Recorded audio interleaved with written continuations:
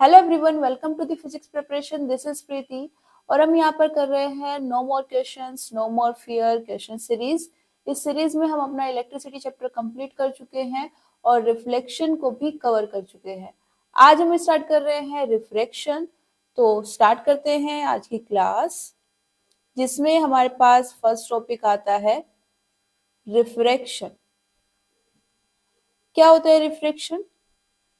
जैसे हमने रिफ्लेक्शन में बात की थी, रिफ्लेक्शन को हमने लाइट पर्सपेक्टिव से पढ़ा था, क्योंकि हम नाइन्थ में रिफ्लेक्शन को साउंड पर्सपेक्टिव से भी पढ़ चुके हैं। ओके, तो सिमिलरली जब हम रिफ्रैक्शन की बात करते हैं, यहाँ पर भी हम इसको लाइट के पर्सपेक्टिव से ही पढ़ेंगे। ओके, लाइट की हेल्प से जानेंगे कि रिफ्रैक्शन क्या होता है। क्या होता है रिफ्रैक्शन? व्हेन अ लाइट रे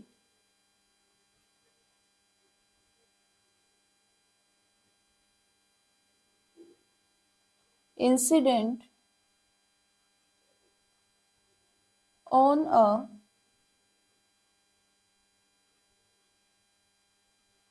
transparent material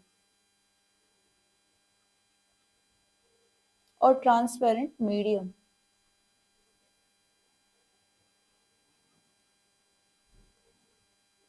it gets bent.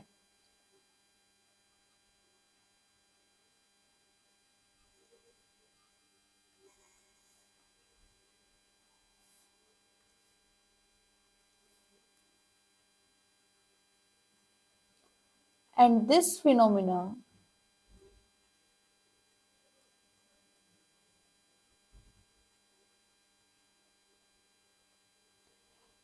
is called refraction of light.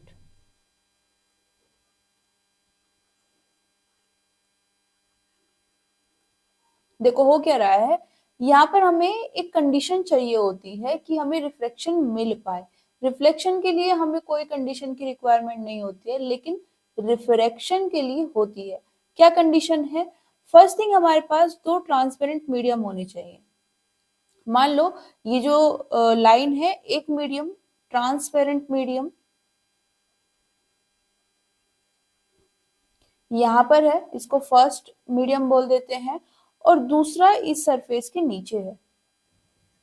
मतलब ये दो मीडियम के बीच की बाउंड्री लाइन है। ओके, ये हमारे पास दूसरा ट्रांसपेरेंट मीडियम। ठीक है, रिफ्रैक्शन हमें मिले उसके लिए फर्स्ट थिंग हमारे पास दो ट्रांसपेरेंट मीडियम होने चाहिए। दो क्यों बोल रहे हैं? क्या दोनों एक जैसे हो सकते हैं? नहीं, दोनों डिफरेंट होने चाहिए। ठीक है, बेसिकली रिफ्रैक्शन के लिए हमें क्या चाहिए? दो डिफरेंट ट्रांसपेरेंट मीडियम चाहिए। ठीक है, ये जो दोनों हम ट्रांसपेरेंट मीडियम ले रहे हैं, ये कैसे हैं? डिफरेंट है।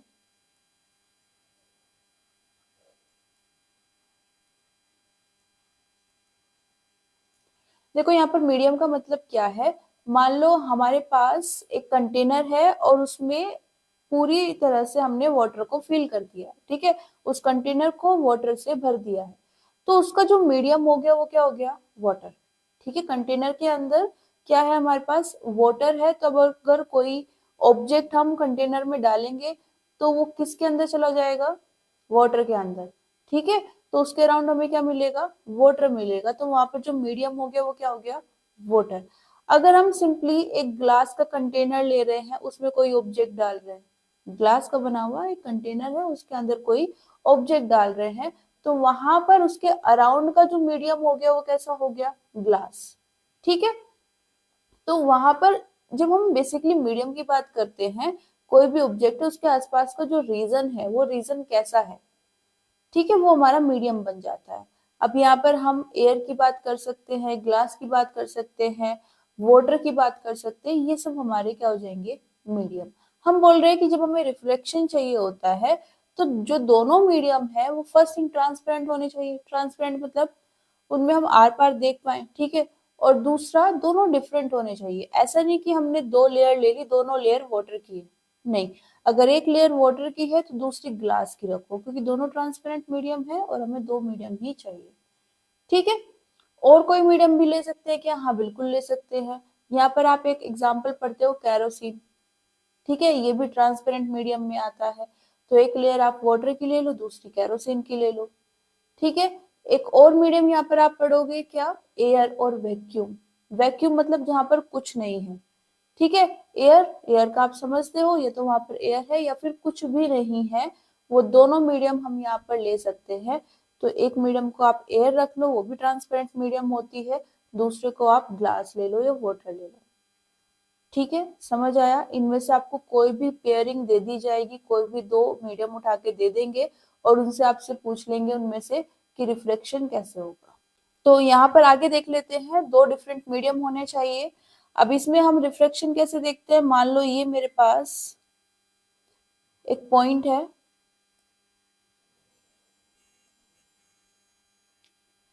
यहाँ पर मैं एक परपेंडिकुलर ड्रॉ कर रही हूँ, नॉर्मल। ओके,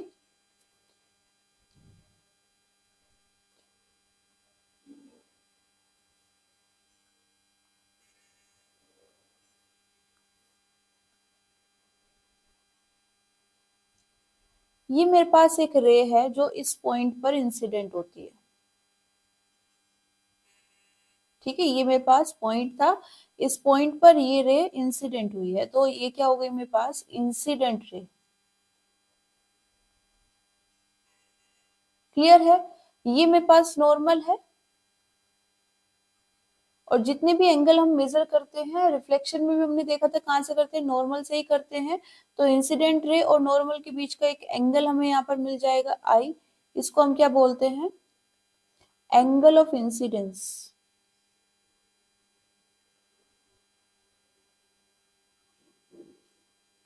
क्लियर है। अब ऐसी ही कुछ सिचुएशन हमें कहाँ देखने को मिली थी, रिफ्लेक्शन में। रिफ्लेक्शन में क्या हुआ था, ये जो रे थी ये वापस इसी मीडियम में चली गई थी। ठीक है, यहाँ पर जो भी मीडियम था ये उसी मीडियम में वापस चली गई थी। हाँ, वापस जाने के लिए उसने दूसरा पाथ यूज किया था, जिस पाथ से वो आई थी, मतलब इस पाथ से अगर आई है तो इसी पाथ से वापस नहीं जाएगी, बट हाँ उसी मीडियम में वापस चली जाएगी। इस बार क्या हो रहा है, अगर आपके पास जो रे आई है वो दूसरे मीडियम में एंटर कर रही है। ठीक है, दूसरा मीडियम मतलब ये वाला मीडियम, इस मीडियम में एंटर कर रही है। ठीक है, तो ये जो फिनोमिना हो रहा है इसको हम क्या बोलते हैं, रिफ्रैक्शन। क्लियर है, कोई रे आएगी, वो दूसरे मीडियम में एंटर कर रही है, उसको आप क्या बोल रहे हो, रिफ्रैक्शन। ठीक है, जब वो एंटर करेगी तो उसका पाथ कैसा रहेगा वो एक बार देख लेते हैं।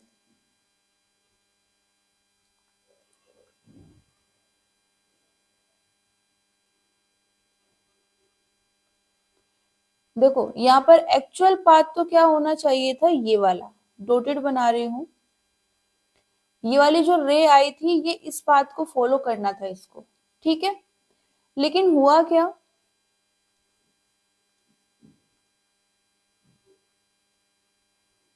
ये इस पाथ से ना जाकर अपने पाथ को चेंज कर लेगी।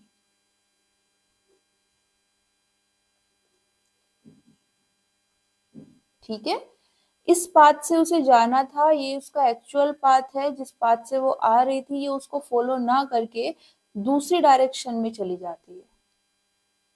ठीक है, तो रिफ्रैक्शन में क्या हो रहा है, लाइट रे आएगी, दूसरे मीडियम में एंटर करेगी, वो दूसरा मीडियम कैसा होना चाहिए, ट्रांसपेरेंट होना चाहिए, और जब वो उसमें एंटर करेगी तो अपने एक्चुअल पाथ को फॉलो नहीं करेगी, किसी दूसरे पाथ से चली जाएगी।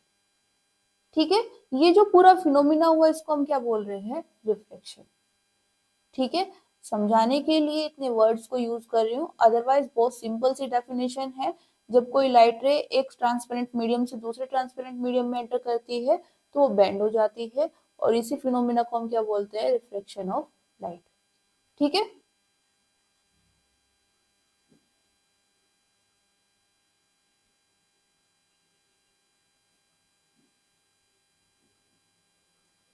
अब इसी को हम किससे देख सकते हैं, लॉज से भी देख सकते हैं।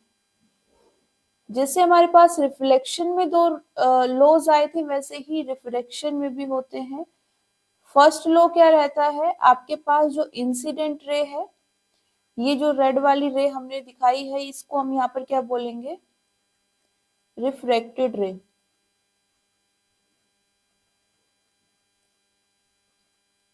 ठीक है, ये हो गई रिफ्रैक्टेड रे। हमारे पास जो इंसिडेंट रे है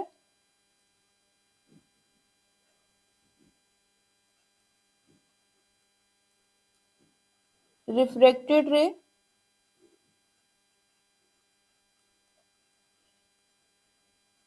and normal should lie in the same medium और सॉरी सेम प्लेन। ये तीनों जैसे हमने रिफ्लेक्शन में पढ़ा था सेम प्लेन में लाई करने चाहिए, मतलब आप इन तीनों को अगर सेम प्लेन में ड्रॉ कर पा रहे हो तो वहां पर रिफ्लेक्शन हो रहा है। ठीक है। Second and most important law of reflection, जिसको हम और क्या बोलते हैं, स्नेल्स लॉ। इस लॉ के अकॉर्डिंग इस फिगर में देखो, यहाँ पर आपके पास इसको आपने क्या बोला था, आई, और यहाँ आपके पास जो रिफ्रैक्टेड रे है ये नॉर्मल से जो एंगल बनाएगी उसको हम रिप्रेजेंट करते हैं आर से, और इस आर को हम क्या बोलते हैं, एंगल ऑफ रिफ्रैक्शन। ठीक है। अब यहाँ पर ये स्नेल्स लॉ क्या बोलता है, साइन ऑफ आई मतलब incident angle divided by sine of R मतलब reflected angle is equals to constant. Incident angle का जब आप साइन लोगे, रिफ्लेक्टेड एंगल का जब आप साइन लोगे, दोनों को डिवाइड करोगे तो आपके पास जो आंसर आएगा, जो रिजल्ट आएगा, वो एक कांस्टेंट नंबर होगा। ठीक है। अब ये जो कांस्टेंट नंबर है ये क्या होता है, n2 डिवाइडेड बाय n1। इसी को हम और क्या बोलते हैं, n21 भी बोल सकते हैं। क्लियर है। इसका मतलब क्या है वो समझ लेते हैं।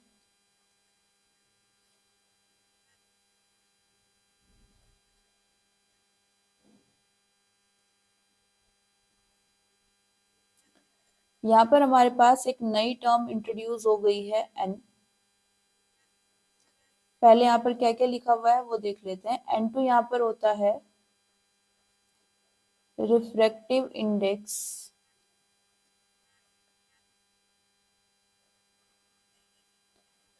Of second medium.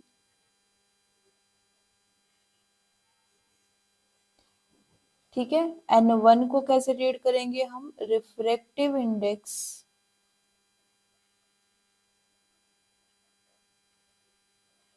Of first medium. दो ट्रांसपेरेंट मीडियम की हमने बात की थी है ना, हम उन्हीं मीडियम को बोल रहे हैं फर्स्ट एंड सेकंड मीडियम। और n2 डिवाइडेड बाय n1, इसी को हम और क्या लिख रहे हैं, n21। इनको हम कैसे रीड करते हैं, refractive index of second medium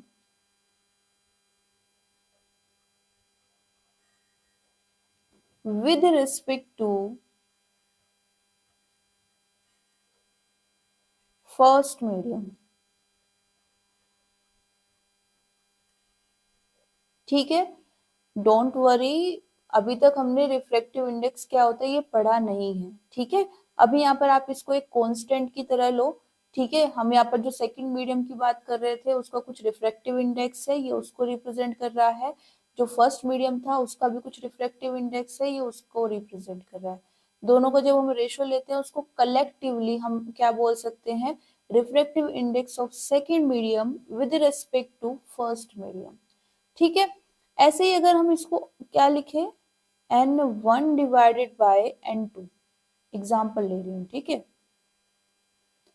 अगर कहीं पर क्या लिखा हुआ है n1 डिवाइडेड बाय n2, तो उसको कंबाइन करके आप क्या लिख सकते हो, क्योंकि 1 पहले आ रहा है तो इस बार 1 आएगा, यहाँ पर 2 बाद में आ रहा है तो यहाँ पर 2 बाद में आएगा।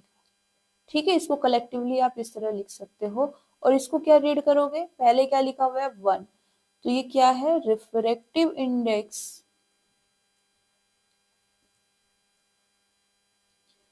Of first medium. ठीक है। विद रिस्पेक्ट टू, बाद में क्या लिखा हुआ है, सेकंड मीडियम, तो with respect to second medium. Clear है? अब यहाँ पर बोनस पॉइंट आप क्या लेकर चलोगे? आपके पास जो n/1 होता है ये होता है is equal to reciprocal of 1 2। ठीक है, अगर आप refractive index of first medium with respect to second medium इसका रेसिप्रोकल करोगे तो आपके पास जो वैल्यू आएगी वो क्या होगी? Refractive index of second medium with respect to first. ठीक है, तो कभी कभी क्या करते हैं, क्वेश्चन में आपको ये बताकर रखते हैं और जो आपको चाहिए होता है वो होता है ये। तो ऐसे में आपको क्या करना है, जो आपको दिया उसको रेसिप्रोकल कर दो, उसका उल्टा आपको मिल जाएगा। क्लियर है? ओके। अब यहाँ पर हम बात कर रहे हैं रिफ्रैक्टिव इंडेक्स की।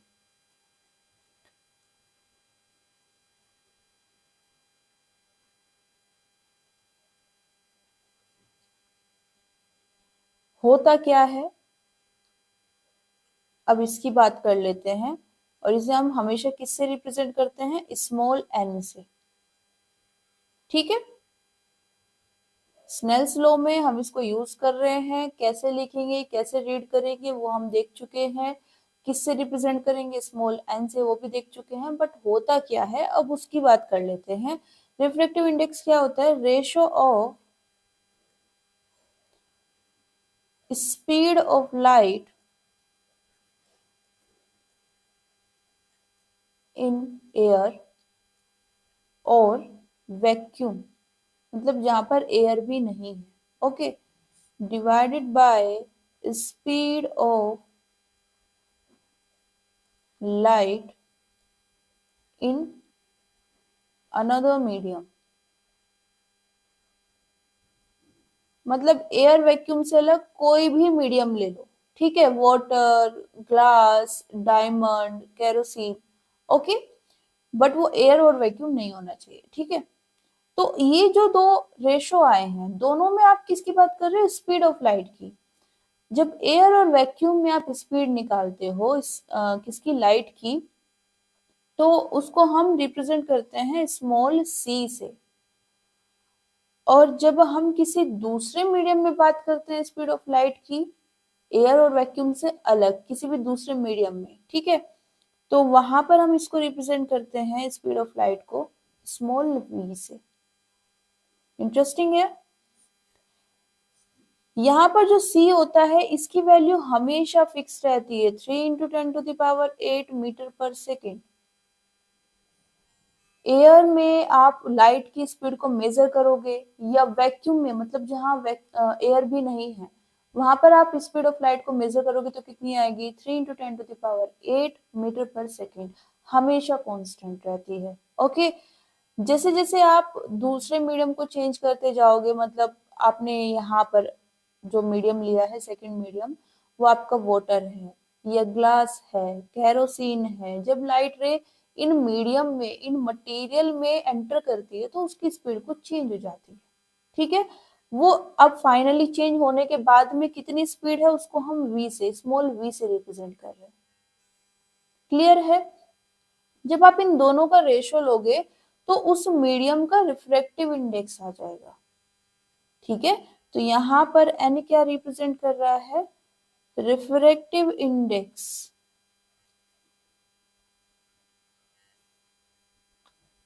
of that medium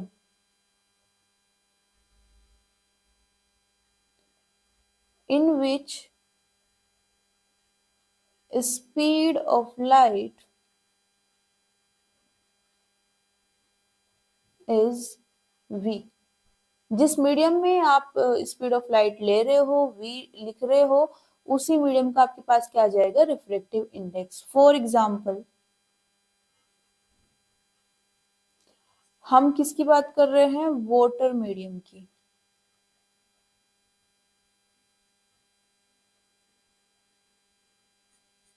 ठीक है, तो यहाँ पर हम क्या जानना चाहते हैं? Refractive index. किसका रिफ्रैक्टिव इंडेक्स? क्योंकि मटेरियल कौन सा हमारे पास? वाटर, तो हम वाटर का ही रिफ्रैक्टिव इंडेक्स बता सकते हैं।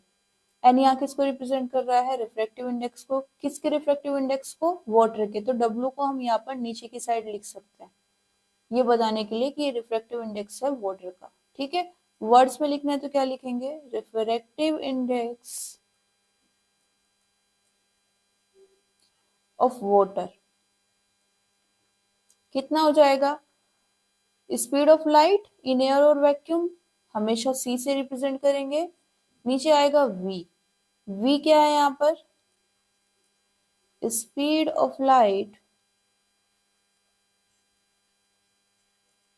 इन अनदर मीडियम, और यहाँ पर इस केस में वो जो अनदर मीडियम है वो कौन सा मीडियम है, वाटर, उस अनदर मीडियम को हमने यहाँ पर नाम दे दिया है वाटर। तो यहाँ पर जो v है वो हम कहाँ मेजर कर रहे हैं, वाटर में। तो वाटर में जब लाइट जाएगी तो उसकी स्पीड कुछ चेंज होगी, स्पीड चेंज होने के बाद जो फाइनली है उसको हम किससे रिप्रेजेंट कर रहे हैं, स्मॉल v से। क्लियर है, ओके। अब यहाँ पर आपको कुछ पॉइंट्स याद रखने हैं। फर्स्ट पॉइंट क्या रहता है, हर एक मीडियम का अपना फिक्स रिफ्रैक्टिव इंडेक्स होता है। मतलब अगर आप वाटर की बात करोगे, आपने एक बार उसका रिफ्रैक्टिव इंडेक्स निकाल लिया तो निकाल लिया, ठीक है, अब जो उसका रिफ्रैक्टिव इंडेक्स आया वो हमेशा सेम रहेगा। हर एक मीडियम, आप जितने भी मीडियम देखते हो उन सब का अपना खुद का रिफ्रैक्टिव इंडेक्स होता है और फिक्स होता है। Okay, so every medium has its own fixed refractive index।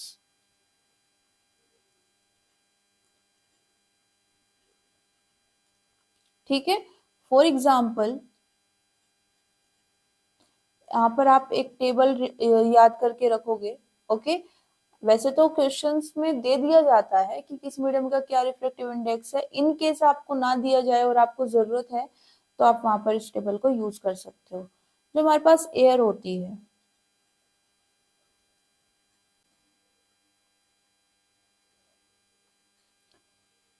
Medium लिख लेते हैं एयर, इसका रिफ्रैक्टिव इंडेक्स होता है 1।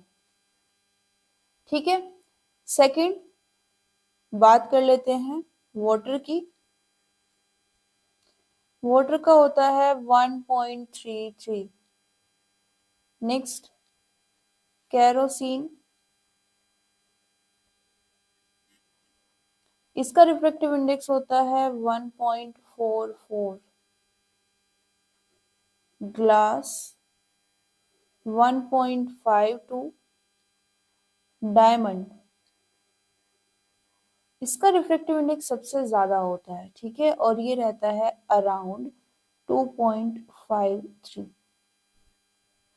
ठीक है, अब इन सब में ना आपने एक चीज पर ध्यान दिया होगा, हम यहाँ जब n की वैल्यू लिख रहे हैं, यहाँ पर n की वैल्यू 1 है, यहाँ पर 1.33 है, यहाँ पर 1.44 है, हमने किसी में भी यूनिट मेंशन नहीं की है। मतलब जो n है रिफ्रैक्टिव इंडेक्स है, ये एक यूनिट लेस क्वांटिटी है। n is a unitless quantity. Metre, centimetre, metre पर सेकेंड या कुछ नहीं आएगा। और उसका रीजन क्या होता है, क्योंकि एक रेशो होता है। जब भी आप किसी रेशो की बात करेंगे, ठीक है, स्पीड का रेशो निकाल रहे हो, रिफ्रैक्टिव इंडेक्स निकाल रहे हो, रेशो की बात करोगे अल्टीमेटली, तो वहां पर आपके पास यूनिट नहीं आएगी। ठीक है,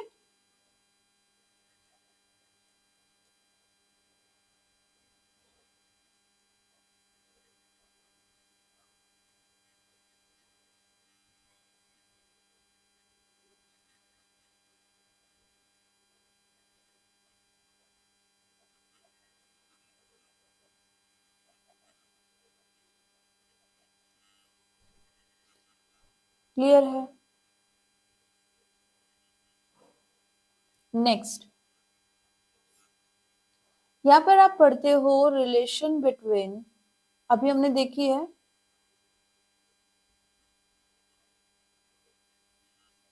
speed of light in a medium and refractive index of that medium. अभी हमने यहाँ पर क्या लिखा हुआ था, देखो इस चीज को ध्यान से समझना, n equals to C by V. यहाँ पर जो c है, ठीक है, ये तो फिक्स है, फिक्स है तो हम इसको कैसे लिख सकते हैं, n इनवर्सली प्रोपोर्शनल है किसके, v के, ठीक है। ये देखो जनरली हम क्या करते हैं, जब प्रोपोर्शनलिटी का साइन हटाते हैं तो वहां पर एक कांस्टेंट आ जाता है, ठीक है। यहाँ पर जो c है, ये फॉर्मूला है हमारे पास, यहाँ पर c क्या है, एक कांस्टेंट है। तो जैसे हम जनरली यहाँ से इस फॉर्म में आते हैं, वैसे ही यहाँ पर इस फॉर्म से इस फॉर्म में भी तो जा सकते हैं ना, ठीक है। तो ये हम जनरली यहाँ पर पढ़ते हैं, लेकिन यहाँ से एक ये वाली रिलेशन हम निकाल सकते हैं और इससे हमें कुछ नए रिजल्ट देखने को मिलते हैं। क्या, कभी कभी आपसे पूछ लिया जाता है, आपको वो एक मीडियम दे देंगे, उसका रिफ्रैक्टिव इंडेक्स बता देंगे, ठीक है, और एक दूसरा मीडियम दे देंगे, कंपैरेटिवली पूछ लेंगे कि इस मीडियम में स्पीड ऑफ लाइट ज्यादा है या कम है। दो मीडियम दे दिए, दोनों का रिफ्रैक्टिव इंडेक्स बता दिया और पूछ लिया कि इन दोनों में से किस में स्पीड ऑफ लाइट ज्यादा है, ठीक है। तो यहाँ पर आप क्या देख सकते हो, क्योंकि रिफ्रैक्टिव इंडेक्स स्पीड के इनवर्सली प्रोपोर्शनल होगा, तो जिस मीडियम में रिफ्रैक्टिव इंडेक्स ज्यादा आएगा वहां पर स्पीड ऑफ लाइट कम होगी, वाइस वर्सा जहां पर स्पीड ऑफ लाइट कम है उसका रिफ्रैक्टिव इंडेक्स कंपैरेटिवली ज्यादा आएगा। ये हम कंपैरिजन की बात कर रहे हैं, मतलब आपको दो मीडियम दिए जाएंगे हमेशा। फॉर एग्जाम्पल अगर हम यहाँ पर ले, आपके पास एक पेयर दे दिया है, दो मीडियम है, वाटर और ग्लास, ठीक है। यहाँ पर उन्होंने आपसे पूछ लिया कि बताओ कि किस मीडियम में स्पीड ऑफ लाइट ज्यादा होगी। अब हमने क्या देखा है, जब हम वाटर मीडियम की बात करते हैं तो रिफ्रैक्टिव इंडेक्स कितना होता है, 1.33। जब हम ग्लास की बात करते हैं तो वहां पर रिफ्रैक्टिव इंडेक्स कितना होता है, 1.52। तो किसका ज्यादा है, ऑफ कोर्स ग्लास में रिफ्रैक्टिव इंडेक्स ज्यादा है, ठीक है। अब इस रिलेशन पर आ जाओ, इस रिलेशन को कैसे यूज करना है, जिसका रिफ्रैक्टिव इंडेक्स ज्यादा होगा उसकी स्पीड कम होगी।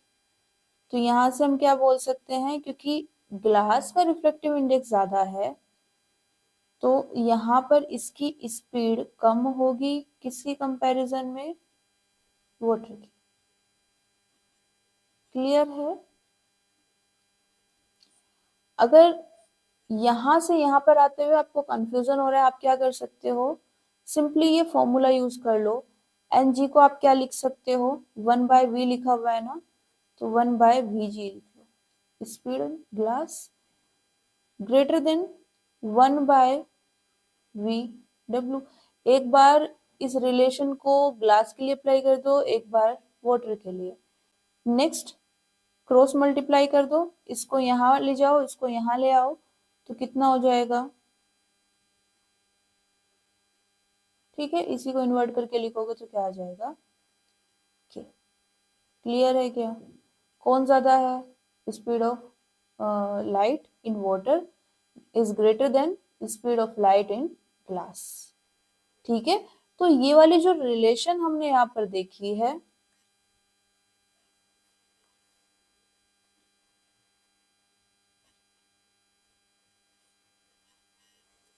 क्योंकि देखो फॉर्मूला तो हम पढ़ ही रहे हैं ये, ठीक है, और याद भी करके रखते हैं, c/v, लेकिन यहाँ से ये रिलेशन आ सकती है, इस पर हम ध्यान नहीं देते हैं। ओके, तो इस रिलेशन को ध्यान में रखना है, प्लस इसको कैसे यूज करना है, यहाँ पर जिसकी स्पीड ज्यादा होगी, जिस मीडियम में स्पीड ज्यादा होगी उसका रिफ्रैक्टिव इंडेक्स कम होगा, या फिर इसको ऐसे बोल सकते हैं कि अगर रिफ्रैक्टिव इंडेक्स कम है तो स्पीड ज्यादा है। क्लियर है। ओके, नेक्स्ट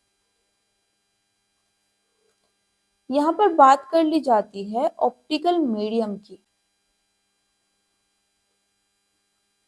और optical density.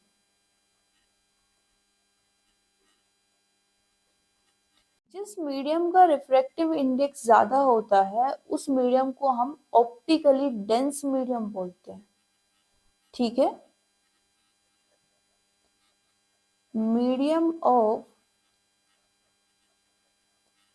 higher refractive index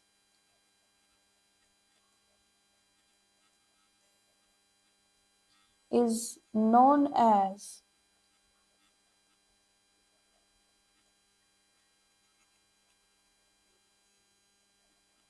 optically dense medium,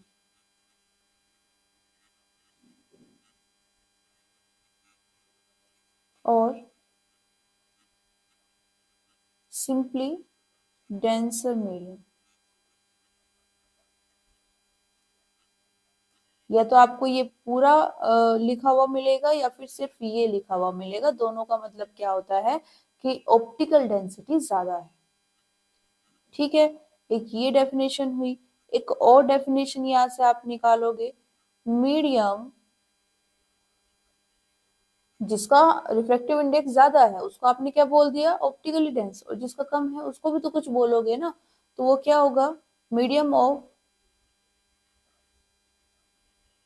lower refractive index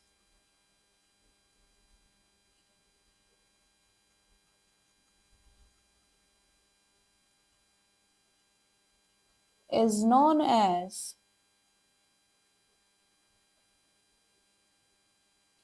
rare medium।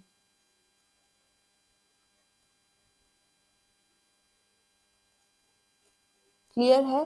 तो नेक्स्ट टाइम जब भी आपको लिखा हुआ दिखाई दे कि ये जो मीडियम है ये ऑप्टिकली डेंस है, ये इसकी जो ऑप्टिकल डेंसिटी है वो ज्यादा है, तो वो किसकी बात कर रहे हैं, डेंसर मीडियम की बात कर रहे हैं। और इनडायरेक्टली वो क्या कहना चाहते हैं कि ये जो मीडियम है ना इसका रिफ्रैक्टिव इंडेक्स ज्यादा है। ठीक है, जब वो बोलेंगे कि आपके पास ये जो मीडियम है ये रेयर मीडियम है, तो वो क्या कहना चाहते हैं कि इसकी जो ऑप्टिकल डेंसिटी है वो कम है, या फिर इसका जो रिफ्रैक्टिव इंडेक्स है वो कम है। तो यहाँ पर अगर हम सीधा सीधा देखें, जैसे हमने एक रिलेशन अभी पढ़ी है कि जो रिफ्रैक्टिव इंडेक्स होता है वो इनवर्सली प्रोपोर्शनल होता है किसके, स्पीड ऑफ लाइट के। यहाँ पर एक और रिलेशन हम पढ़ सकते हैं, refractive index is directly proportional to the optical density.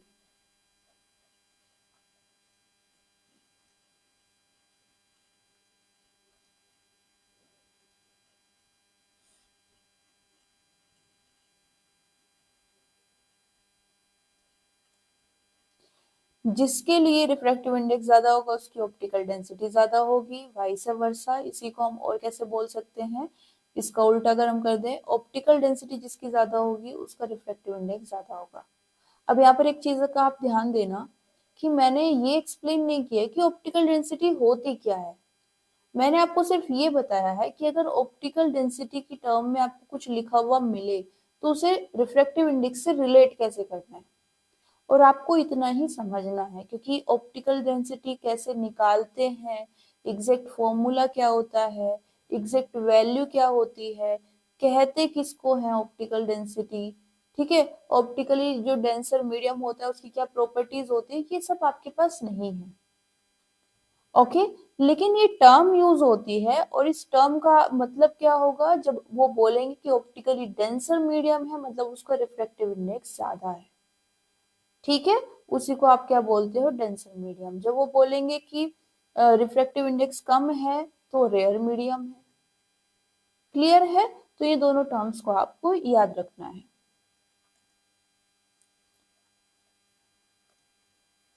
Next, आपके पास यहाँ पर एक और डेंसिटी आती है, मास डेंसिटी। क्या होती है, देखो स्टूडेंट्स ना जनरली ऑप्टिकल डेंसिटी और मास डेंसिटी में कंफ्यूज हो जाते हैं। उनको लगता है कि दोनों एक ही चीज है, बट दोनों डिफरेंट होती है। मास डेंसिटी क्या है, इसका फॉर्मूला आपने पढ़ा है, mass density equals to mass upon volume. ठीक है, तो इसका एग्जैक्ट फॉर्मूला आपको पता होता है। अगर आपको मास बता दिया जाए, वॉल्यूम बता दी जाए, तो आप मास डेंसिटी की एग्जैक्ट वैल्यू बता सकते हो किसी भी मीडियम के लिए। ओके, अब आपको यहाँ इसको कैसे समझना है, डेंसिटी का मतलब जब आप यहाँ पर देखोगे तो आप जैसे आपके पास कोई भी मटेरियल है, मटेरियल में पार्टिकल्स होंगे, मॉलिक्यूल्स होंगे, उस मटेरियल के जो पार्टिकल्स हैं या मॉलिक्यूल्स हैं वो एक दूसरे के जितने ज्यादा क्लोज होंगे, ठीक है, उस मटेरियल की मास डेंसिटी उतनी ज्यादा होगी, और वो एक दूसरे से जितना ज्यादा दूर होंगे उनकी मास डेंसिटी उतनी ही कम होगी। जैसे आप यहाँ पर एक सीधा सा अब देखो, हम स्ट्रक्चर तो पढ़ नहीं रहे हैं, ठीक है, लेकिन फिर भी कुछ ऐसे एग्जांपल्स होते हैं जिनकी हेल्प से हम सीधा सीधा ऑब्जर्व करके बता सकते हैं कि इसकी मास डेंसिटी ज्यादा होगी या कम होगी। जैसे हम लिक्विड और गैस की बात करें, जो लिक्विड है, मोस्टली सभी लिक्विड में जो पार्टिकल्स हैं वो एक दूसरे के क्लोज रहते हैं, किसकी कंपैरिजन में? गैस मॉलिक्यूल्स की कंपैरिजन में। गैस पार्टिकल्स एक दूसरे से काफी ज्यादा डिस्टेंस पर होते हैं, तो उनकी जो मास डेंसिटी है वो क्या होगी? कम होगी। और जो लिक्विड होंगे, गैस मॉलिक्यूल्स की कंपैरिजन में वो एक दूसरे के क्योंकि क्लोज होते हैं, तो उनकी जो मास डेंसिटी होगी वो कैसी होगी? ज्यादा होगी। ठीक है, तो मास डेंसिटी को आपको यहाँ पर कैसे समझ के चलना है? Less distance between particles or molecules of a material means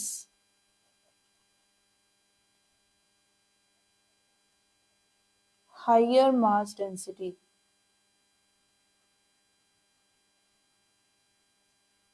ठीक है, और जिसमें डिस्टेंस ज्यादा हो जाएगी मॉलिक्यूल्स के बीच की, उनकी जो मास डेंसिटी है वो कम हो जाएगी।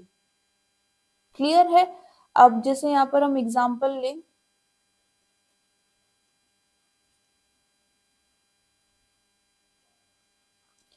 आपके पास जो ग्लास होगा और जो डायमंड होगा, एक कैटेगरी ये रख लेते हैं। दूसरी कैटेगरी आ गई आपकी वाटर, कैरोसिन। तीसरी कैटेगरी हम ले लेते हैं एयर। ठीक है, ये दोनों हमारे पास सॉलिड में लाई करते हैं, सॉलिड मटेरियल जो होगा। वाटर और कैरोसिन दोनों किस में लाई करेंगे? लिक्विड में। और एयर गैस की कैटेगरी में आती है। अगर आपको पूछ लिया जाए कि ग्लास और वाटर में किसकी मास डेंसिटी ज्यादा है, तो आप कंपैरिजन से देख के बता सकते हो कि ग्लास में जो पार्टिकल्स हैं वो एक दूसरे के काफी क्लोज रहते हैं, ठीक है, और डायमंड में भी एक दूसरे के क्लोज रहते हैं एज कंपेयर टू वाटर। तो इन दोनों की जो मास डेंसिटी है वो किससे ज्यादा होगी? वाटर से या कैरोसिन से। अब अगर आप वाटर कैरोसिन को किससे कंपेयर करो? एयर से, तो एयर से ज्यादा होगी। ठीक है, मतलब इस कैटेगरी में जो मटेरियल आएंगे उनकी मास डेंसिटी सबसे ज्यादा होगी, उससे कम लिक्विड वालों की और उससे कम गैस वालों की। ठीक है, देखो सॉलिड में ना कुछ ऐसे मटेरियल एग्जिस्ट करते हैं जो सॉलिड होते हुए भी उनकी मास डेंसिटी कम रहती है, किनसे? लिक्विड से। लेकिन यहाँ पर हमारे पास कुछ सिलेक्टिव केस ही आएंगे, जैसे आपको डायमंड पूछ लिया जाएगा, ग्लास, वाटर, कैरोसिन, एयर। ठीक है, तो इन केसेस के लिए आप ये सिंपल रिलेशन याद रख सकते हो। ठीक है, कि ये वाले जो सॉलिड होंगे इनकी मास डेंसिटी ज्यादा है, इन लिक्विड की कम है, और एयर की फिर उनसे कम है। क्लियर है? बात करें डायमंड और ग्लास में, ठीक है, इसमें भी अगर इन दोनों में आपस में पूछ ली जाए कि किसकी मास डेंसिटी ज्यादा होगी, तो डायमंड की जो मास डेंसिटी है is greater than mass density of glass. इन दोनों में अगर पूछ लिया जाए mass density of water is greater than mass density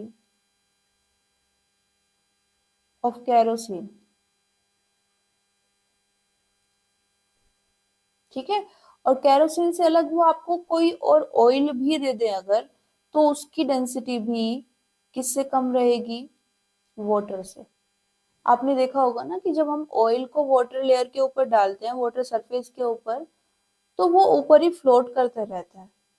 है ना, जो ऑयल ड्रॉप होगी वो एज इट इज वहीं पर रहती है, अपनी पोजीशन चेंज नहीं होने देती और ना ही कभी सिंक करती है, कभी डूबती भी नहीं है। ठीक है, क्योंकि उसकी जो डेंसिटी है वो कम है, किसके कंपैरिजन में, वाटर की कंपैरिजन में, इसलिए वो नीचे जा ही नहीं रही है, ऊपर सरफेस पर बनी हुई है। तो जितने भी ऑयल्स होते हैं, और केरोसिन भी एक तरह का ऑयल ही होता है, तो इन सब की जो मास डेंसिटी है वो किससे कम रहेगी, वाटर से। तो ये कुछ रिलेशंस हैं, ये रिलेशंस आप डायरेक्टली याद रख सकते हो। क्लियर है।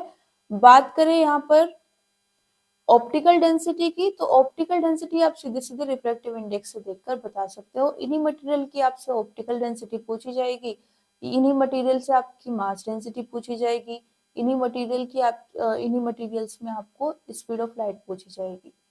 ठीक है, तो और इन सब के लिए ये टेबल आपके लिए इनफ है, ये आप याद कर लो। अभी आप जब n की वैल्यू जानते हो, ठीक है, तो आप ऑप्टिकल डेंसिटी भी बता दोगे, और आपके पास स्पीड कितनी है वो भी बता दोगे, और क्योंकि आपको मीडियम का नाम पता चल गया है, आप उसके स्ट्रक्चर ऑलरेडी जानते हो, वो सॉलिड लिक्विड गैस किस कैटेगरी में आता है, तो आप मास डेंसिटी भी बता दोगे। ठीक है, सारे क्वेश्चंस इन्हीं से कवर हो जाएंगे। क्लियर है। अब यहाँ पर एक मोस्ट इंपोर्टेंट थिंग, ये फिगर, इसमें हमने बोला था कि जो रिफ्रैक्टिव रे है वो इस पाथ से जा रही है, लेकिन जरूरी नहीं है वो हमेशा इसी पाथ से जाएगी, वो इस पाथ से भी जा सकती है। हमने बोला था कि वो अपने एक्चुअल पाथ को फॉलो नहीं कर रही है, एक्चुअल पाथ के लेफ्ट में जा रही है, राइट में जा रही है, ये चीज मेंशन नहीं की थी। ठीक है, वो किस साइड जाएगी, क्लियर है। अब मैं यहाँ पर ये चीज मेंशन कर रही हूँ कि वो अपने एक्चुअल पाथ को फॉलो नहीं करेगी डेफिनेटली, लेकिन लेफ्ट में जाएगी या राइट में जाएगी ये कैसे डिसाइड होगा, क्योंकि उसके पास दोनों पॉसिबिलिटी है, वो लेफ्ट में भी जा सकती है और राइट में भी जा सकती है। कैसे जाएगी, इसके लिए हम यहाँ पर हेल्प लेंगे अगेन रिफ्रैक्टिव इंडेक्स की। रिफ्रैक्टिव इंडेक्स बड़ा ही क्रूशियल पॉइंट है, तो ये आपको समझ में आना बहुत ज्यादा जरूरी है। ठीक है, यहाँ पर मैंने दो फिगर ले ली है। पहली फिगर में हम क्या बोल रहे हैं, देखो इंसिडेंट रे जरूरी नहीं है ऊपर से ही आएगी, नीचे से भी आ सकती है। आपको पता कैसे चलेगा इंसिडेंट रे कौन सी है, जिस पर ये वाला एरो लगा होगा, वो यहां से आए या यहां से आए मैटर नहीं करता है, उस पर ये वाला एरो है या नहीं ये मैटर करता है। इस एरो के साथ में वो किस पॉइंट पर आनी चाहिए, सरफेस के इस वाले पॉइंट पर आनी चाहिए। अब वो नीचे से आ रही है या ऊपर से आ रही है, डजंट मैटर। क्लियर है। ओके, अब ये जब इंसिडेंट रे ये वाली आएगी और इस पाथ से इसको एक्चुअली जाना था, ठीक है, हम क्या बोल रहे हैं, रिफ्लेक्शन हो रहा है, ये मेरे पास फर्स्ट मीडियम है, ये सेकंड मीडियम है। अब मान लो मेरे पास जो फर्स्ट मीडियम का रिफ्लेक्टिव इंडेक्स है वो ज्यादा है सेकंड की कंपैरिजन में। ठीक है, अब यहाँ से आप बताओ, अगर फर्स्ट मीडियम का रिफ्लेक्टिव इंडेक्स ज्यादा है तो फर्स्ट मीडियम रेयर होगा या डेंसर, फर्स्ट मीडियम होगा डेंसर। जिसका रिफ्रैक्टिव इंडेक्स ज्यादा है वो डेंसर मीडियम, और जिसका रिफ्रैक्टिव इंडेक्स कम है वो रेयर मीडियम। याद रहेगा हमेशा, बस इतना ही याद करना है, जिसका रिफ्रैक्टिव इंडेक्स ज्यादा वो डेंसर है, दूसरे वाला कौन होगा, रेयर। अब अगर हमारे पास रे कहाँ से कहाँ जा रही है, डेंसर टू रेयर, क्योंकि फर्स्ट मीडियम से सेकंड में जा रही है, मतलब डेंसर टू रेयर जा रही है। जब वो रेयर में जाएगी तो वो कैसे जाएगी, अवे फ्रॉम द नॉर्मल, अपने एक्चुअल पाथ से दूर जाएगी और साथ में नॉर्मल से भी दूर चली जाएगी।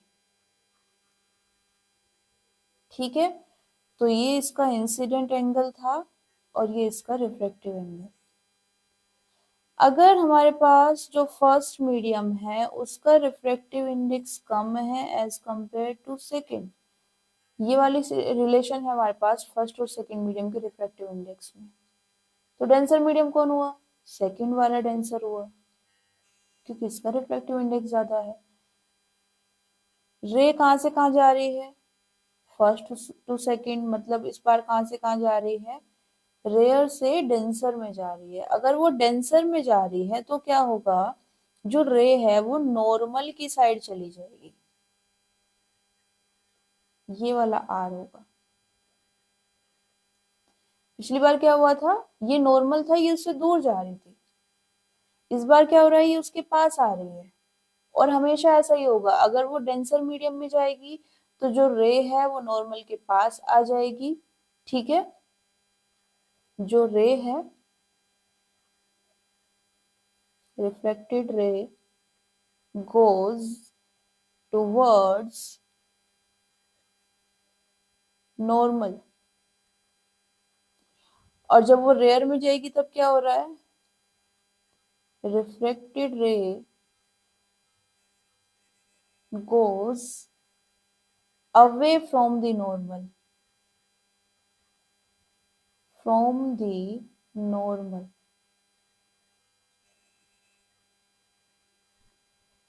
क्लियर है, ये हमेशा रहेगा। तो यहां से हमारे पास रिफ्रैक्टिव इंडेक्स अगर आपको पता है तो आप ऑलमोस्ट सारे क्वेश्चंस को सॉल्व कर लोगे। क्लियर है, बस इसमें आपको कोई डाउट नहीं रहना चाहिए। अब लास्ट पॉइंट इसका, यहां पर एक और टर्म आ जाती है हमारे पास, absolute refractive index.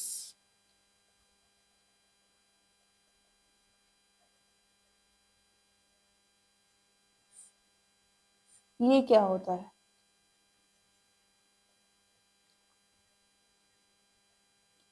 Ratio of refractive index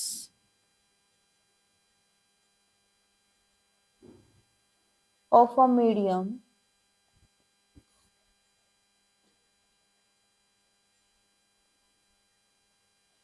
to air और vacuum.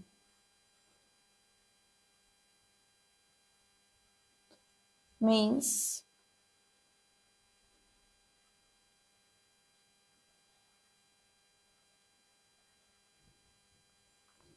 refractive index in a medium divided by refractive index in air और vacuum। ठीक है,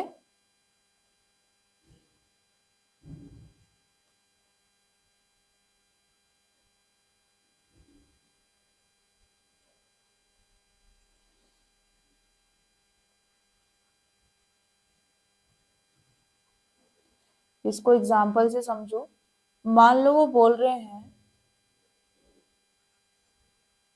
देखो कंफ्यूज मत होना, बहुत सिंपल सी चीज है, और जो फाइनल रिजल्ट निकलेगा वो उससे भी ज्यादा सिंपल है। ठीक है, अभी के लिए ये समझो। मान लो उन्होंने बोला है एब्सोल्यूट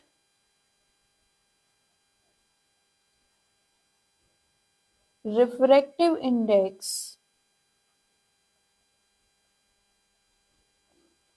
ऑफ वाटर। उनको क्या चाहिए, वाटर का एब्सोल्यूट रिफ्रैक्टिव इंडेक्स चाहिए, रिफ्रैक्टिव इंडेक्स नहीं, एब्सोल्यूट रिफ्रैक्टिव इंडेक्स चाहिए। तो आप क्या करोगे, आपको ये देखना है कि जो वाटर है उसका रिफ्रैक्टिव इंडेक्स कितना है, किससे रिप्रेजेंट करते हैं, रिफ्रैक्टिव इंडेक्स को एन से रिप्रेजेंट करते हैं, और वाटर की मीडियम की बात कर रहे हैं तो डब्ल्यू लिख देंगे।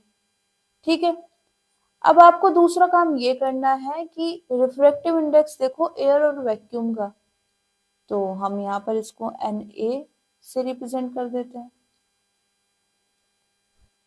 ठीक है, मान लो वो क्या जानना चाहता है, absolute refractive index of glass. तो आप क्या करोगे, equals to N G refractive index of glass divided by refractive index of air और वैक्यूम।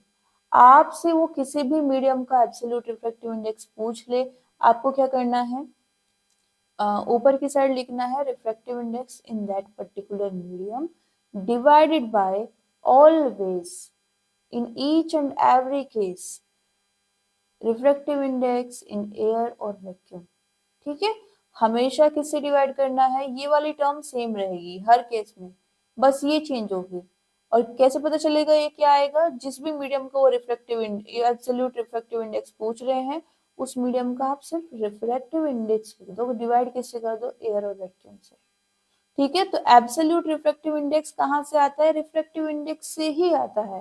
थोड़ा सा डिफरेंस है, क्या है? जब आप एब्सोल्यूट रिफ्रैक्टिव इंडेक्स की बात करते हो तो आप रेशो लेते हो दो रिफ्रैक्टिव इंडेक्स का, पहला जिस मीडियम में आपको चाहिए और दूसरा air and vacuum. Air and vacuum हमेशा सेम रहेंगे, ठीक है। अब जो मैंने आपको बोली थी कि जो रिजल्ट है वो उससे भी ज्यादा सिंपल रहेगा, तो ये वाला जो इंटरेस्टिंग पॉइंट है वो ये है कि अभी हमने देखा एयर और वैक्यूम की जब हम बात करते हैं तो रिफ्रैक्टिव इंडेक्स कितना रहता है? 1, है ना, हमेशा यही रहता है ना। तो अगर आप यहाँ पर इसको आगे सोल्व करो, एब्सोल्यूट क्या निकालो? रिफ्रैक्टिव इंडेक्स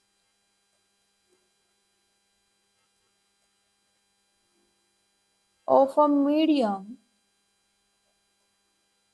वो किसके इक्वल आ जाएगा?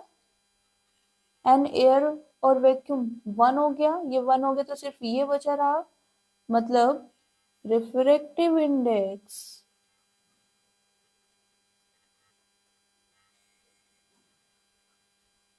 Of that medium.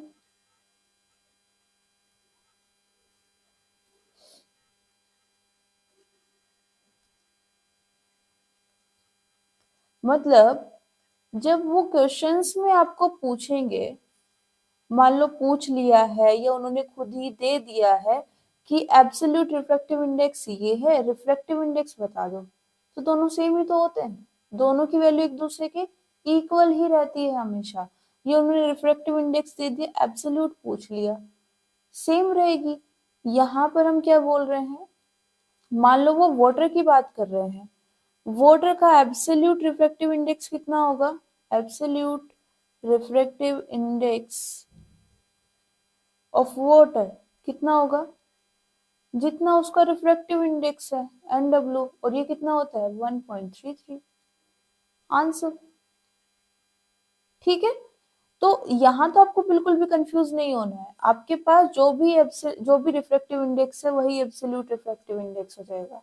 बस थोड़ा सा आपको ये डेफिनेशन में ध्यान रखना है, ठीक है, क्योंकि ये जो हमने अभी देखा, ये और ये रिजल्ट है, कंक्लूजन है, डेफिनेशन नहीं है, ठीक है। ये कंक्लूजन है, ये जब हमने ये वाली वैल्यू प्लेस की 1, तब आया है ये कंक्लूजन। डेफिनेशन क्या है? Ratio of refractive index of a medium to air और वैक्यूम, ठीक है। दो मीडियम लो, पहला मीडियम जिसका आपको रिफ्रैक्टिव इंडेक्स चाहिए और दूसरा एयर एंड वैक्यूम, दोनों का रेशियो निकालो, आपको क्या मिल जाएगा? Absolute refractive index. क्लियर है? नेक्स्ट यहाँ पर एक पॉइंट आप याद रखना, वो आपसे पूछ लेते हैं relative speed of light. Relative speed of light, जब वो ये टर्म बोलेंगे तो वो किसकी वैल्यू जानना चाहते हैं? v की। कहाँ से निकालोगे v की वैल्यू? अभी हमने क्या पढ़ा है? n equals to C by V. यहाँ ये जो v लिखा हुआ है ये इसी की बात कर रहे हैं, मतलब आपको ये वाली फॉर्म यूज करनी है इस फॉर्मूला की, ठीक है। तो जब भी वो क्या पूछेंगे, रिलेटिव स्पीड ऑफ लाइट, तो वो क्या पूछ रहे हैं? v की वैल्यू, ठीक है। सीधा सीधा वो बोल सकते हैं, सीधा सीधा वो बोलेंगे तो क्या बोलेंगे? Speed of light in a medium, in मान लो वाटर और ग्लास, ठीक है। वाटर क्या हो गया? मीडियम होगा, वो किसी मीडियम में आपको स्पीड ऑफ लाइट पूछ लेंगे, वो मीडियम कुछ भी हो सकता है, वो किसकी बात कर रहे हैं? v की। अब इसी को वो घुमा के क्या बोल सकते हैं? Relative speed of light in particular medium, for example in water, ठीक है। तो इसी को हम और क्या बोल सकते हैं?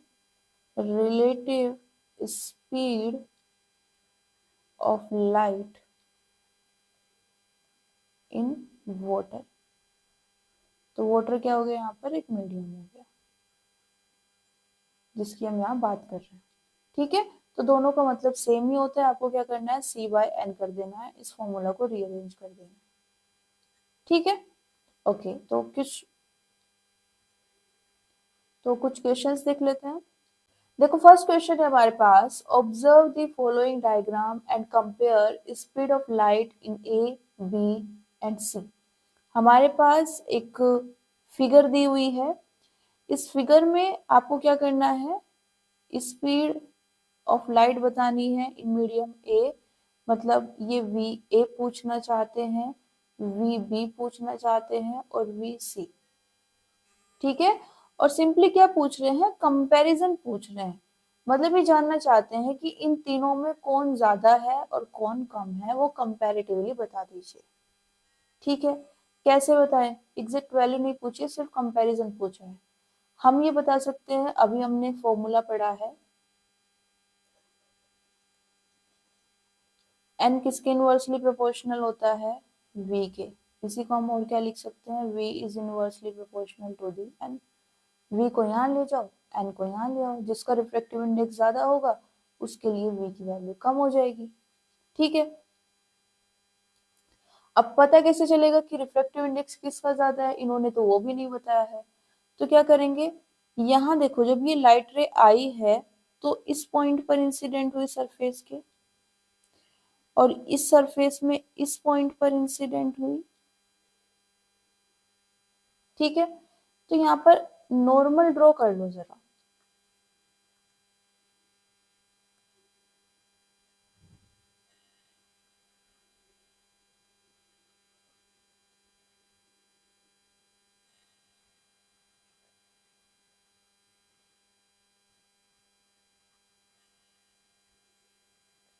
ओके, ये यहाँ पर नॉर्मल हो गया, एक नॉर्मल यहाँ ड्रॉ कर लेते हैं।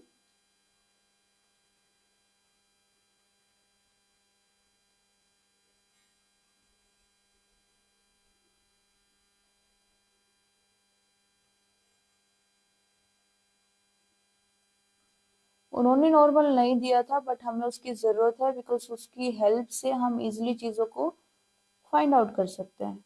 तो हमने ये ड्रॉ कर लिया। क्लियर है। अब ये वाली रे को, फर्स्ट वाली रे को देखो, अगर आप, ये इस पाथ से आई और यही इसका एक्चुअल पाथ भी है। मतलब ये जब मीडियम वन ए से मीडियम बी में गई है तो ये अपने एक्चुअल पाथ को फॉलो कर रही है। ठीक है, यहाँ से हमारा इंसिडेंट एंगल आ जाएगा, यहाँ से रिफ्लेक्शन एंगल। जब ये यहाँ इस पॉइंट पर इंसिडेंट हुई तो ये इसका इंसिडेंट एंगल। और अब देखो, ये दूसरी डायरेक्शन में जा रही है, अपने एक्चुअल पाथ को फॉलो नहीं कर रही है। इसका एक्चुअल पाथ यहाँ पर क्या था,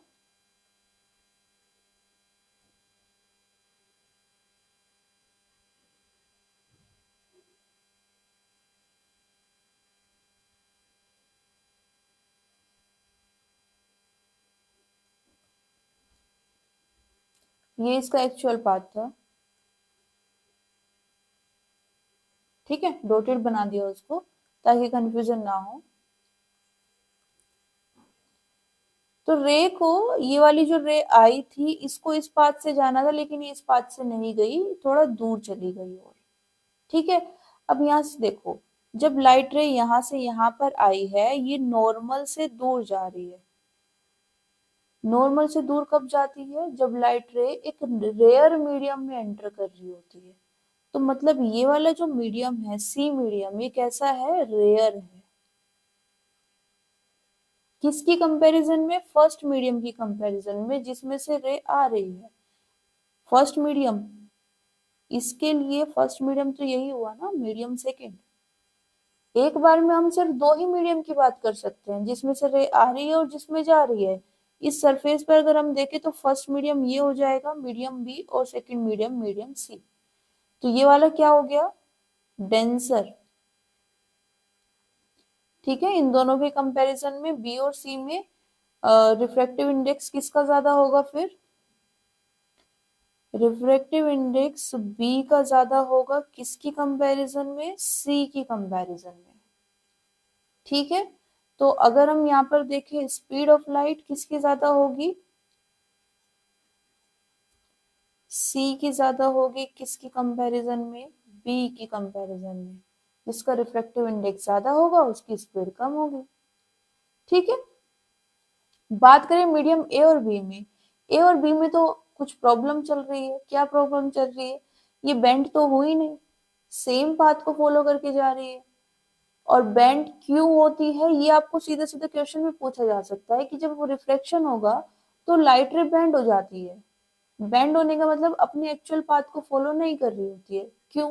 क्योंकि उसकी स्पीड चेंज हो जाती है। डिफरेंट मीडियम होगा तो डिफरेंट रिफ्रैक्टिव इंडेक्स होता है। ठीक है, ये आपको अगर क्वेश्चन पूछ लिया जाए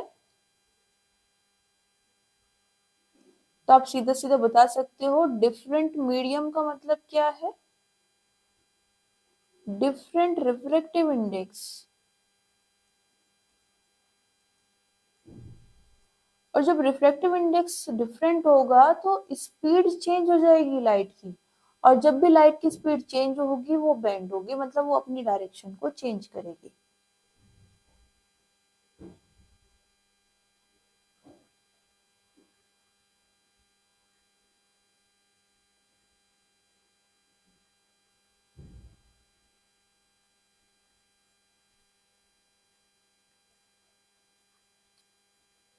ठीक है, तो लाइट रे बेंड क्यों हो रही है? क्योंकि उसकी स्पीड चेंज हो रही है। स्पीड क्यों चेंज हो रही है? क्योंकि हम दो डिफरेंट मीडियम यूज कर रहे हैं और दोनों का रिफ्रैक्टिव इंडेक्स अलग है।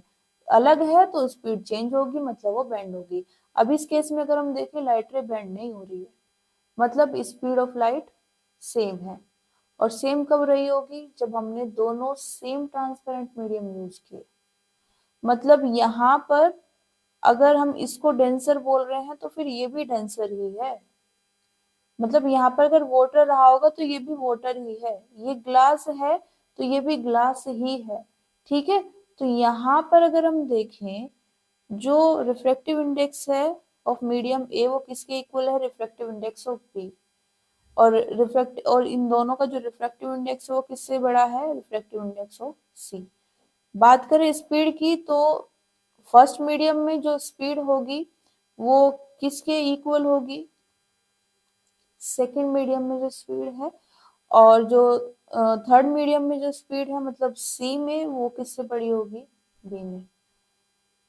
अगर आपको कंफ्यूजन हो रहा है तो आप एक ये रिलेशन याद रखो और दूसरी कौन सी रिलेशन आपको याद रखनी है?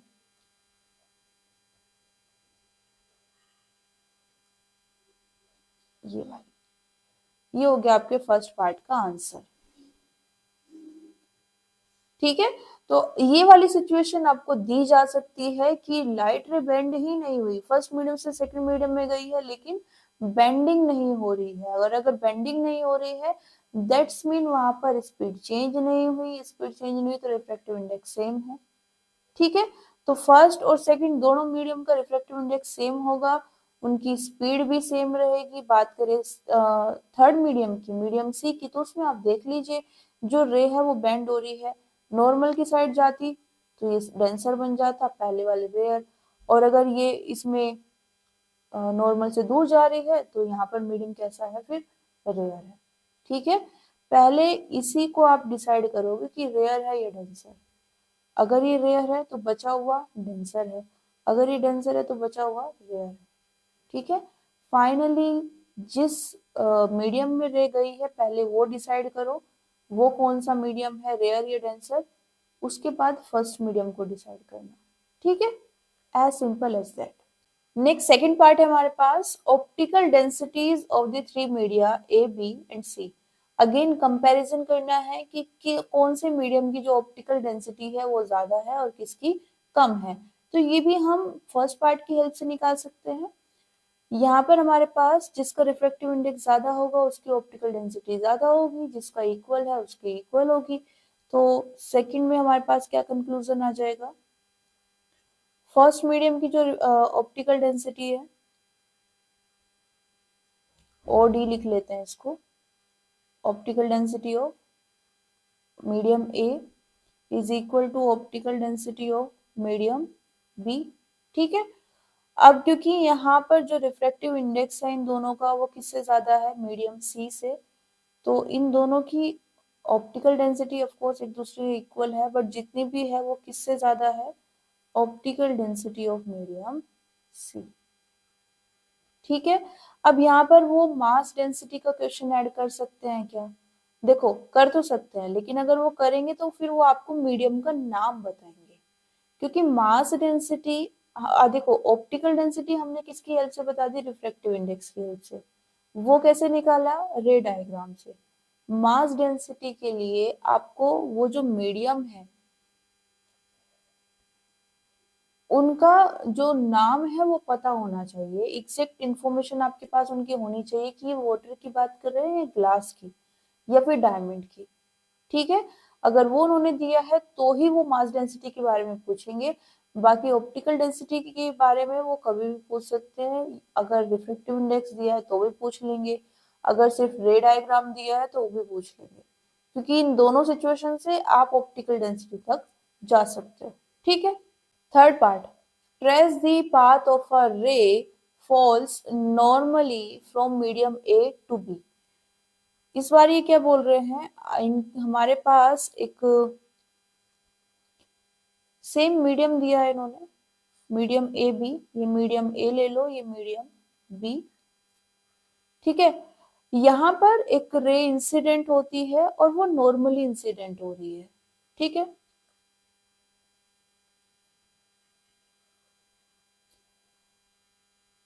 नॉर्मल इंसिडेंट होने का मतलब क्या है, जो नॉर्मल हम ड्रॉ करते हैं ना, रे इस बार उसके पैरेलल ही आ रही है। अब ये बहुत इंपॉर्टेंट क्वेश्चन है, क्योंकि यहाँ पर आपको ये चीज समझनी होगी, अगर आपका इंसिडेंट रे नॉर्मल के पैरेलल आ रहा है मतलब इंसिडेंट एंगल कितना है, 0। ठीक है, तो देखो इंसिडेंट एंगल कैसे मेजर करते हैं, इंसिडेंट रे और नॉर्मल के बीच का एंगल। ठीक है, ये नॉर्मल हो गया, ये इंसिडेंट रे हो गई, दोनों के बीच का जो एंगल था उसको हम आई बोल रहे थे। इस बार ये जो रे है ये भी इसी के ऊपर आ गई है यहाँ पर, तो आई कितना हो गया, 0। और अगर आई 0 है तो आर भी कितना होगा, 0। फॉर्मूला भी पढ़ा था ना, sine I by sine R, उसमें रख के देख लो, अगर आई की वैल्यू 0 है तो आर भी 0 ही आएगा। ठीक है, मतलब यहाँ पर ये जो नॉर्मल था रे, या तो इस साइड जाती थी, मान लो इस साइड जाना था उसको, क्योंकि ये इस बार नॉर्मली आ रही है तो आफ्टर रिफ्लेक्शन नॉर्मली ही जाएगी। मतलब आपके पास अगर रे इस पॉइंट पर इंसिडेंट हुई है नॉर्मल के अलोंग, तो इसी के अलोंग वो आगे चली जाएगी। ठीक है, अब देखो वैसे तो इन्होंने मेंशन नहीं किया है, पर हम यहाँ पर जो थर्ड मीडियम है उसके लिए भी ड्रॉ कर सकते हैं। थर्ड मीडियम क्या है, मीडियम सी, क्योंकि जब ये रे इस मीडियम सी पर पहुंचती है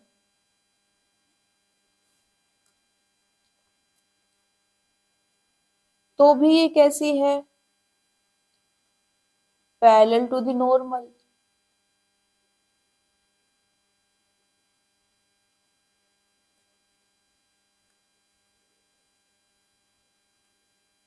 है ना, अभी भी किसके नॉर्मल है, सॉरी किसके पैरेलल है, नॉर्मल के, नॉर्मल के लोग जा रही है, तो मीडियम सी में भी ये जाकर बेंट नहीं होगी।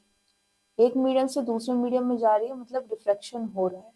ठीक है, लेकिन बेंडिंग नहीं हो रही है, और बेंडिंग ना होने का रीजन क्या है, क्योंकि जो रे है वो हमारी नॉर्मल के अलोंग जा रही है। डजेंट मैटर स्पीड चेंज हो रही है या नहीं, डजेंट मैटर जो मीडियम्स हैं वो डिफरेंट हैं या सेम है। अगर रे नॉर्मल के अलोंग जाएगी तो वो अपने पाथ को ही फॉलो करते हुए एक स्ट्रेट लाइन में बाहर निकल जाएगी, वो बेंड नहीं होगी। क्लियर है, तो ये वाला जो क्वेश्चन है ना बहुत कॉन्सेप्चुअल क्वेश्चन है, इसमें बहुत ज्यादा कंफ्यूज हो जाते हैं बच्चे।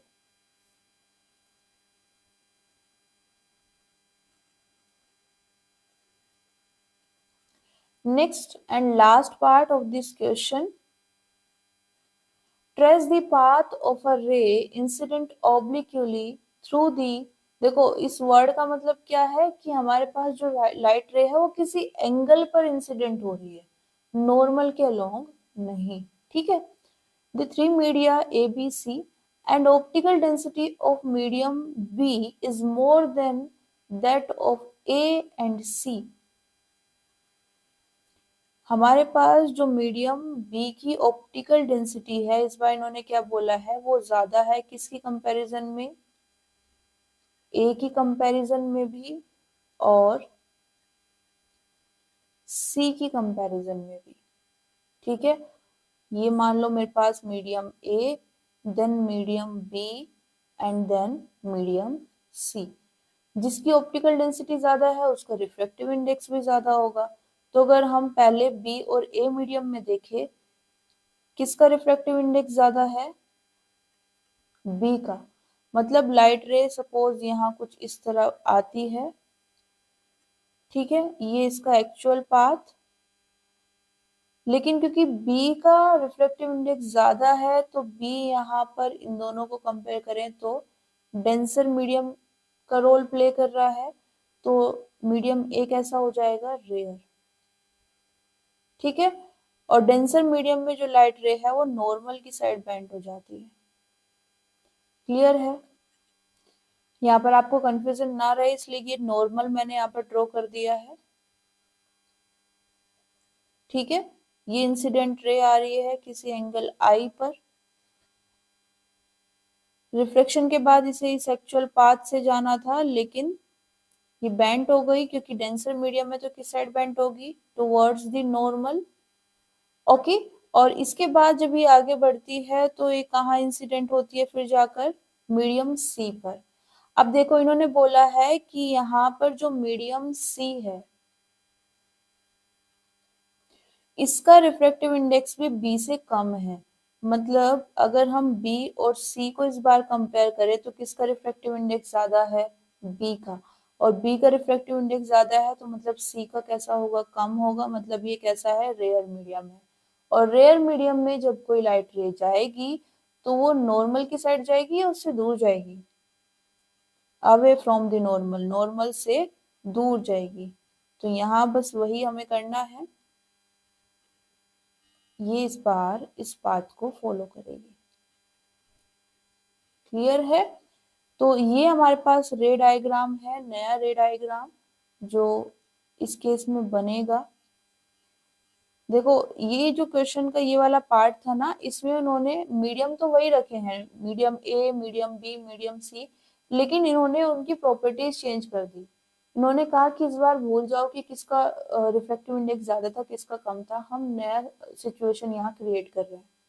ठीक है, तो उसके अकॉर्डिंग आपको ये रिलेशन दे दी गई थी, वहां से आपको ये रिलेशन निकालनी थी और इस रिलेशन से ये फिगर ड्रॉ करनी। क्लियर है, ओके। नेक्स्ट क्वेश्चन है हमारे पास, the absolute refractive indexes of two media x and y are 6/5 and 4/3। Medium x का एब्सोल्यूट रिफ्रैक्टिव इंडेक्स दिया हुआ है, मतलब इन्होंने क्या दिया है, मीडियम x का रिफ्रैक्टिव इंडेक्स। क्योंकि अभी हमने देखा था जो एब्सोल्यूट रिफ्रैक्टिव इंडेक्स होता है वही क्या होता है, refractive index. Similarly medium y का रिफ्रैक्टिव इंडेक्स भी इन्होंने हमें बता दिया, बट सीधा सीधा नहीं बताया, एब्सोल्यूट रिफ्रैक्टिव इंडेक्स बताया है, हमने वहां से क्या निकाल लिया, रिफ्रैक्टिव इंडेक्स। ओके, रेस्पेक्टिवली मतलब जो पहले लिखा है उसकी वैल्यू पहले है। ठीक है, ऑर्डर को फॉलो करना है। Find the refractive index of y with respect to x। Refractive index of y with respect to x, ये ऑर्डर अभी हमने देखा था जब हम स्नेल्स लॉ पढ़ रहे थे। इसको ओपन करके कैसे लिखेंगे, एन वाई पहले है तो ऊपर आएगा, x बाद में है तो एन एक्स बाद में आएगा। नेक्स्ट क्या करना है, वैल्यूज को प्लेस कर दो, आपका आंसर आ जाएगा। एन वाई की वैल्यू 4/3, 6/5, इसको नीचे ले आओ मल्टीप्लाई करने के लिए और इसको ऊपर ले जाओ, कितना आ जाएगा, 4 × 5, 6 × 3,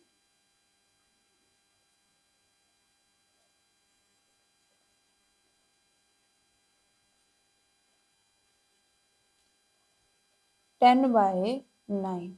refractive index of y with respect to x. Okay, second thing क्या पूछी है इन्होंने,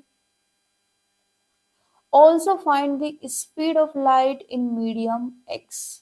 मीडियम एक्स में हमें क्या बताना है, स्पीड ऑफ लाइट, मतलब ये क्या पूछना चाहते हैं, वी एक्स पूछना चाहते हैं। कौन सा फॉर्मूला यूज करें, from n equals to C by V, ठीक है।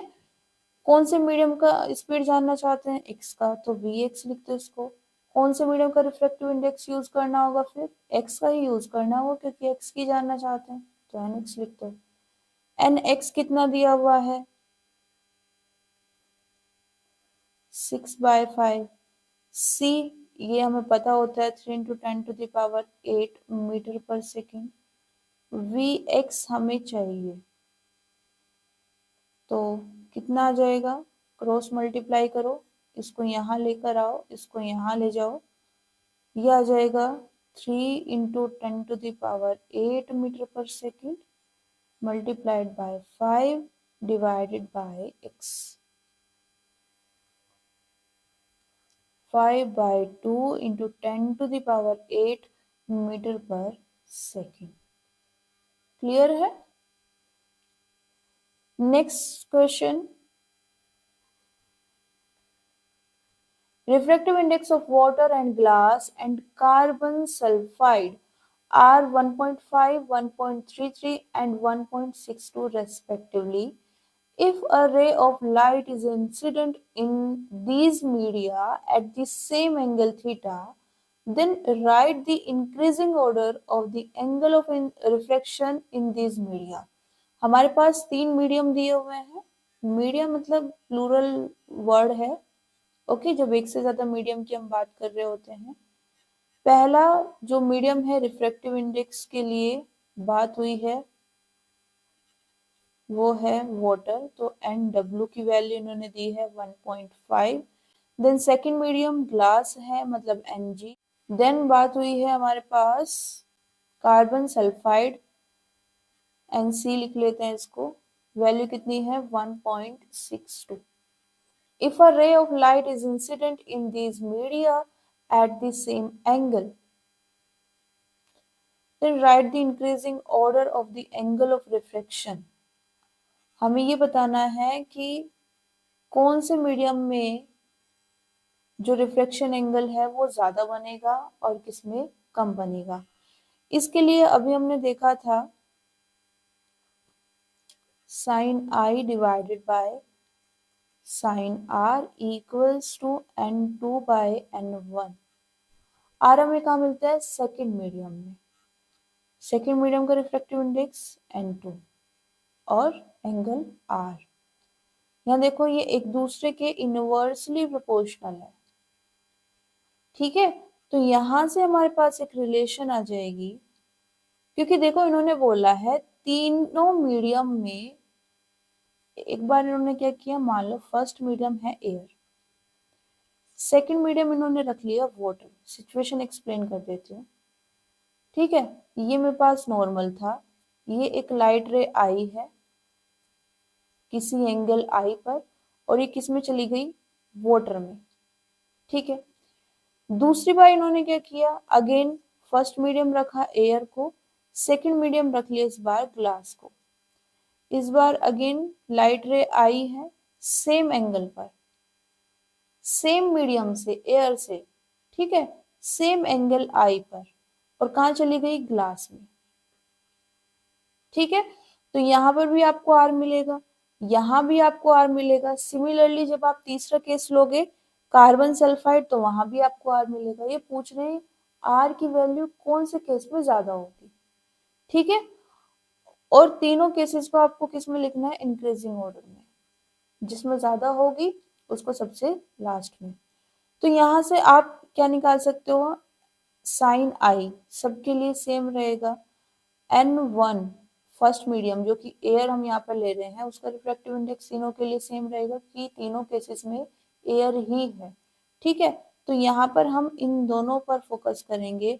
यहाँ से हम क्या बोल सकते हैं, जो साइन आर है वो इनवर्सली प्रोपोर्शनल है किसके? रिफ्रैक्टिव इंडेक्स के। जिसका रिफ्रैक्टिव इंडेक्स ज्यादा होगा उसका यहाँ पर एंगल ऑफ रिफ्लेक्शन कम आएगा। क्लियर है? ओके। तो अब जरा यहाँ पर देख लो आप, इन तीनों में किसका सबसे ज्यादा है और किसका सबसे कम है? फर्स्ट NG, देन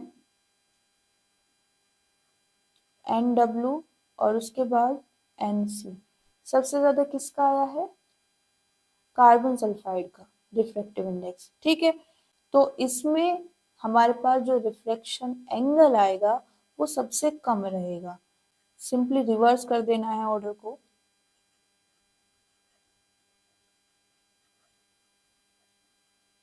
सबसे ज्यादा रिफ्रैक्टिव इंडेक्स C का है, तो इसमें एंगल सबसे कम होगा।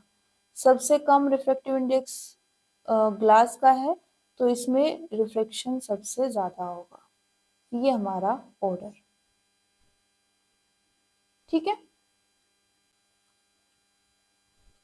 तो आज के लिए इतना ही। मिलते हैं नेक्स्ट क्लास में, तब तक आप अपने इन क्वेश्चंस को प्रैक्टिस जरूर कर लेना। Thank you everyone, see you soon.